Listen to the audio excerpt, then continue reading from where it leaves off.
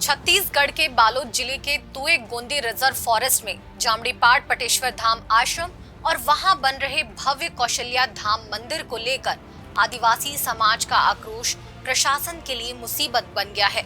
सर्व आदिवासी समाज का आरोप है कि आरक्षित वन क्षेत्र में बड़े पैमाने पर निर्माण, वन भूमि पर अतिक्रमण और आदिवासियों की पारंपरिक देवस्थलों तक पहुंच रोकने जैसी शिकायतें लंबे समय से की जा रही हैं, लेकिन प्रशासन लगातार चुप्पी साधे हुए है। आदिवासी समुदाय का कहना है कि आश्रम परिसर के भीतर उनके पवित्र देवस्थल और पारंपरिक धार्मिक स्थल मौजूद हैं, फिर भी उनकी आपत्तियों पर कोई ठोस कार्रवाई नहीं की जा रही।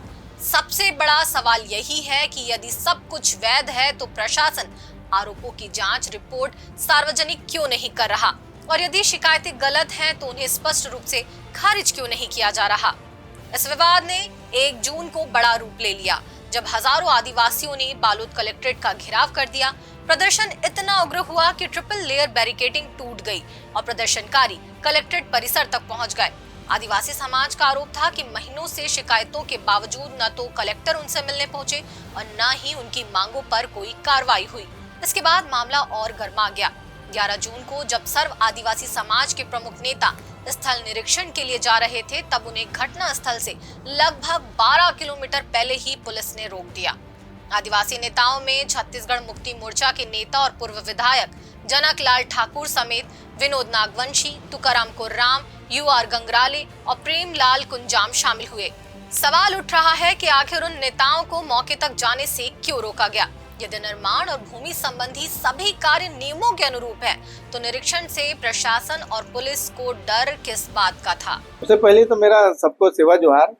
तुए गोंदी मामला के लेकर हम लोग कलेक्ट्रेट में 1 जून 2026 को जो धरना दिए थे कलेक्ट्रेट के सामने, उसका निष्कर्ष करने के लिए हम लोग भी चाह रहे हैं, लेकिन यहाँ पर जो जिला कलेक्ट्रेट है और मैडम दिव्या मिश्रा जी है, वो मध्यस्थता या फिर बात करना नहीं चाहती। कल प्रयास किया था 11 तारीख को, लेकिन अपर कलेक्टर के बुलावे पर हम लोगों ने एक ऑप्शन रखे थे, भाई किसी चीज पे अगर बात करनी है तो उनका पूर्ण परीक्षण होना चाहिए, जांच होना या देखना चाहिए। तो हम भौगोलिक परीक्षण के लिए कल जा रहे थे, तो सबसे पहले तो मेरे गाड़ी का पीछा किया प्रशासन। फिर भी हम लोगों ने बताया तो लोहारा में जो बस और ट्रक टिकाया था वहां पर थोड़ा असमंजस लगा। फिर भी हम लोगों ने बोले और वहाँ का एक का जो SI है उनने समझ गया और हमारे साथ गया, मीटिंग किए तुए गोंदी में।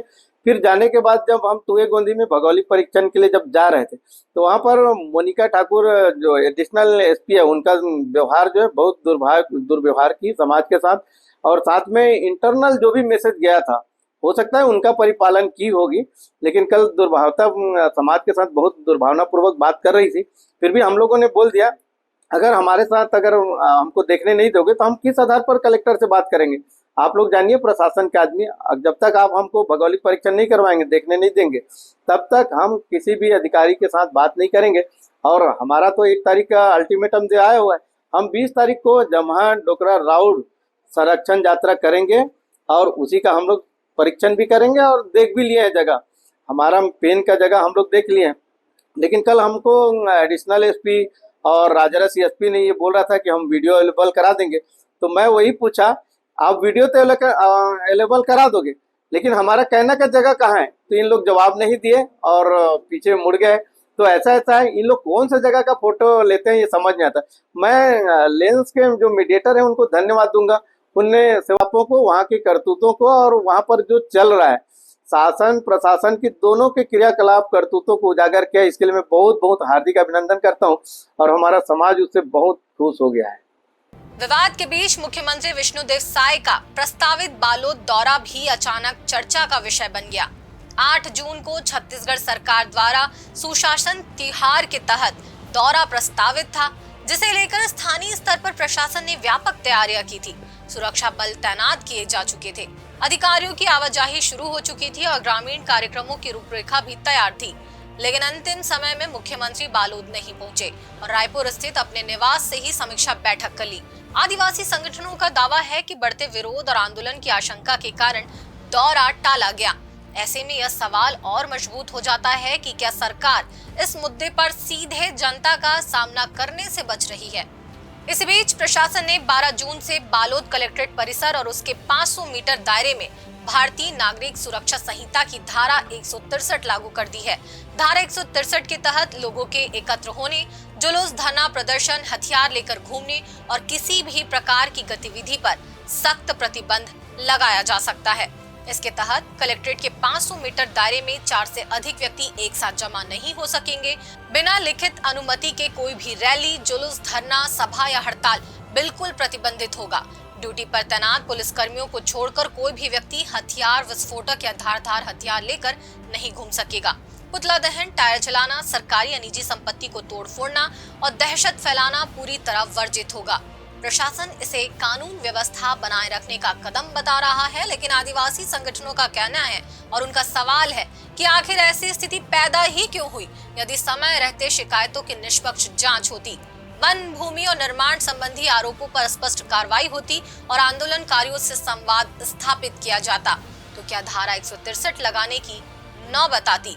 द लेंस लगातार इस मुद्दे पर आप तक रिपोर्ट पहुंचा रहा है।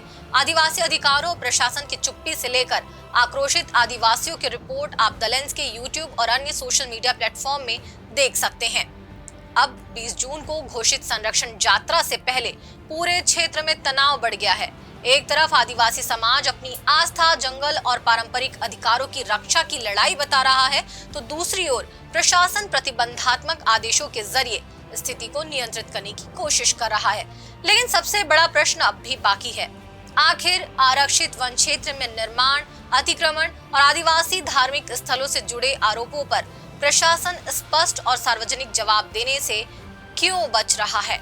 इस मामले पर आपका क्या कहना है, कमेंट्स के जरिए बताएं। इस वीडियो को लाइक, शेयर और यूट्यूब चैनल को सब्सक्राइब कर हमारी पत्रकारिता की ताकत बनिए।